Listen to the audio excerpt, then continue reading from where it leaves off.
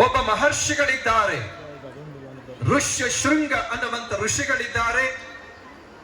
ಅವರ ದರ್ಶನವನ್ನ ಮಾಡಿ ಅವರನ್ನ ಬರಮಾಡಿಕೊಂಡು ಅವರ ಮುಖಾಂತರ ಪುತ್ರ ಕಾಮೇಷ್ಟಿ ಯಾಗವನ್ನ ಮಾಡಿಸಿದ್ರಿ ಅಂತ ಕೇಳಿದ್ರೆ ನಿಮ್ಮ ಸಮಸ್ಯೆಗೆ ಪರಿಹಾರ ಸಿಗುತ್ತೆ ಅನ್ನುವಂತ ಮಾತನ್ನು ಹೇಳ್ತಾ ಇದ್ದಾರೆ.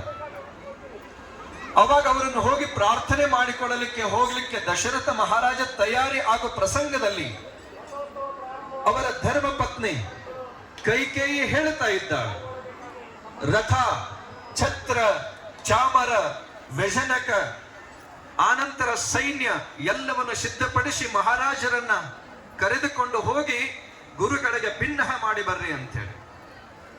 ಬಹಳ ಲಕ್ಷ್ಯ ಕೊಟ್ಟು ಕೇಳುವಂತ ಮಾತು, ಬಹಳ ಮಹತ್ವದ ವಿಷಯ ಇದು. ಅವಾಗ ವಶಿಷ್ಠ ಮಹರ್ಷಿಗಳು ಹೇಳ್ತಾ ಇದ್ದಾರೆ, ನೀವು ಯಾಚನೆಗಾಗಿ ಹೋಗ್ತಾ ಇದ್ದೀರೋ ಅಥವಾ ನೀವೇನು ಕೊಟ್ಟು ಬರ್ಲಿಕ್ಕೆ ಹೋಗ್ತಾ ಇದ್ದೀರೋ ಅಂತ ಕೇಳ್ತಾ ಇದ್ದಾರೆ. ಯಾಚಕನ ನಿಯಮ ಏನು ಅಂತ ಕೇಳಿದ್ರೆ, ಬರಿಗಾಲಿನಿಂದ ನಾರ